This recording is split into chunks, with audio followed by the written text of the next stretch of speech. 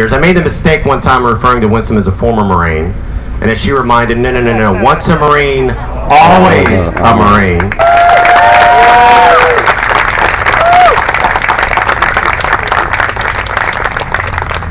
Well, hello everybody. Are you ready to win again? Yeah. That's right. We have to win again because we're going to bring sense and sensibility back to our Commonwealth. It's needed, folks. It's needed.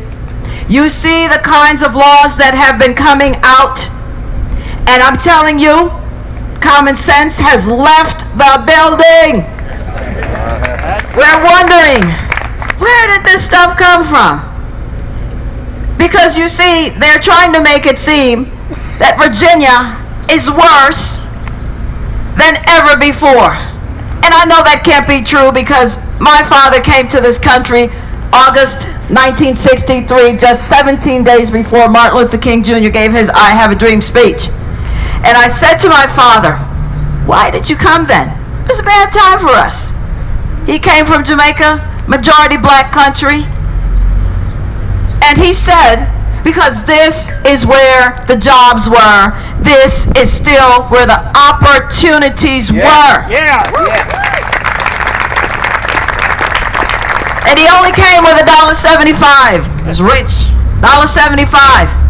Took any job he could find, put himself through school with that money, and now he's comfortably retired. So don't tell me I'm a victim. I am not a victim. My father's not a victim. We took advantage of opportunities that were here when he got here. Yeah. Education is what did it for him. And education is what will do it for our children so that they can have a hope and a future.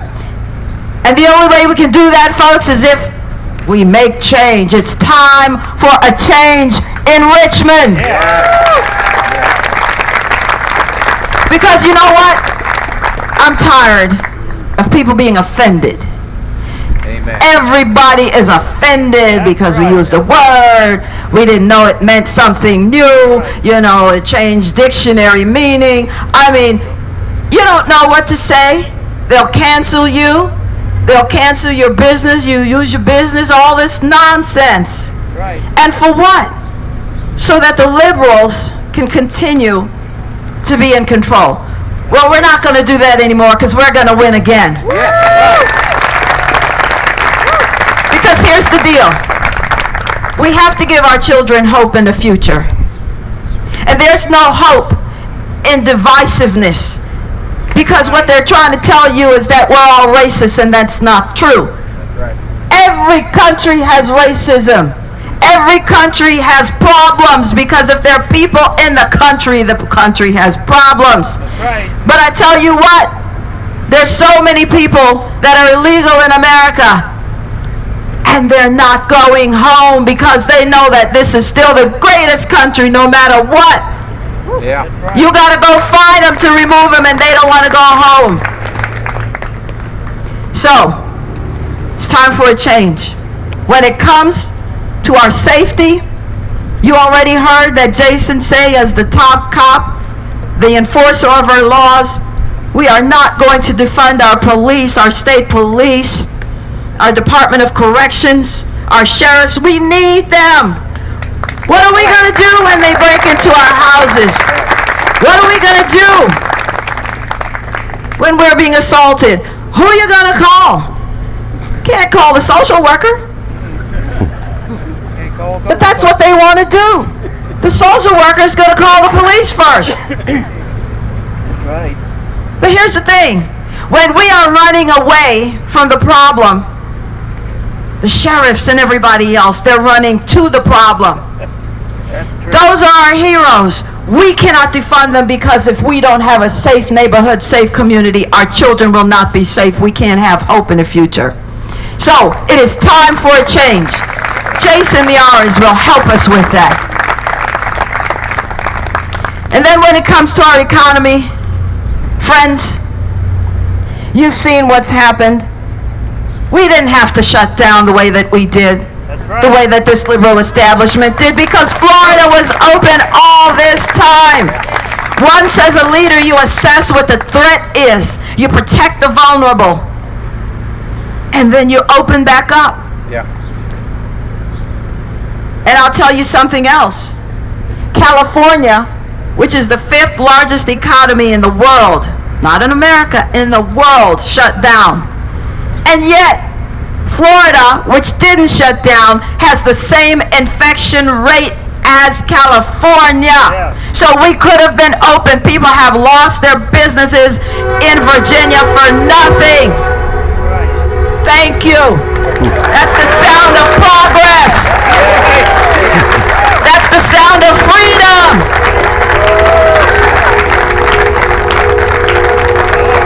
Listen to that. Even the railroad believes what I'm saying. I love it. So you know who's going to bring our businesses back? Because I'm a small business owner. And let me tell you, we have a lieutenant governor currently who gave us recreational marijuana. It's going to destroy us because I had to let somebody go who worked for me. Found out he was on marijuana. You can't work for me. You're going to destroy somebody's home. You're going to crash. It's going to decimate us because marijuana is a gateway drug. I'm not talking about recreational marijuana. Right. So while we're defunding the police, then they're going to have another problem to deal with. Does that make sense to anybody? There is no hope in that. There is no future. And so we're going to have Glenn Youngkin, who's going to make sure we have the right to work, who's going to make sure that Virginia is the place where businesses want to relocate to. He can do that. He knows how to do that. Because we got to have hope and future for our children. It's time for a change.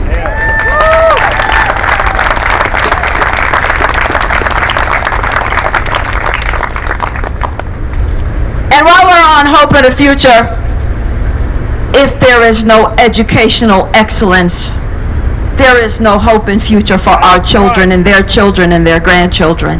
None. That's what lifted my father out of poverty. That's what lifted me out of poverty, out of most people I know out of poverty. And yet, 84% of black children by the time they reach the 8th grade are failing math. They're going into high school unprepared. Unprepared for life. 70% of Latino kids and 45% of white kids fit that description. And you have a problem with Republicans? No! You have a problem with a failing school system. Right. Right. Right. That's right. Amen. And by the way,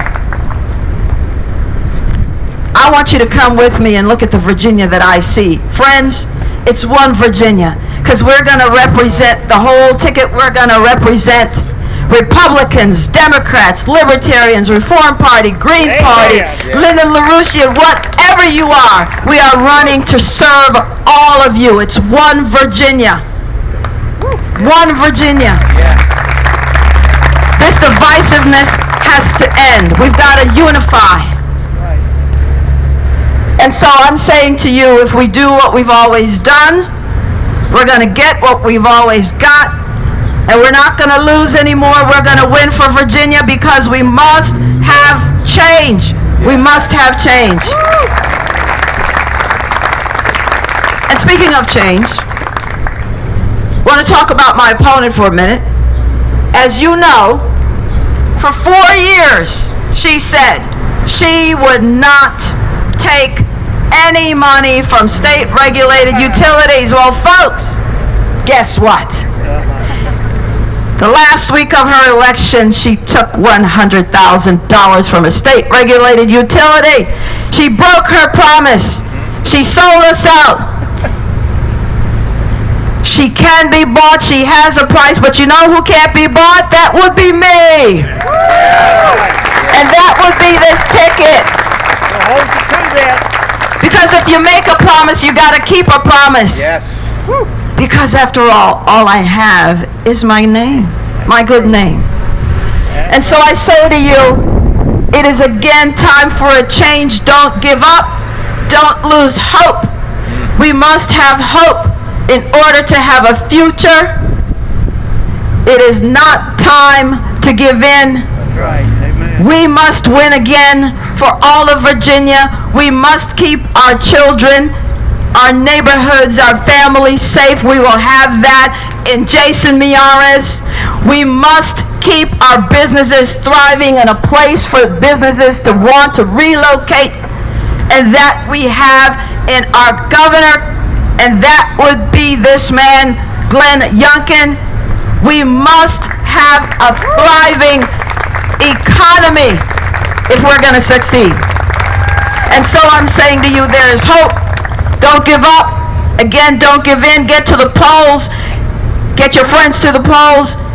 The election is closer than you think. It is September 18th. It is not November. Get in there. Get in there.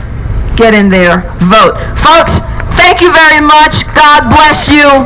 And God bless this great Commonwealth that gave my family hope and a future. It is time for a change. And now I introduce to you our next governor.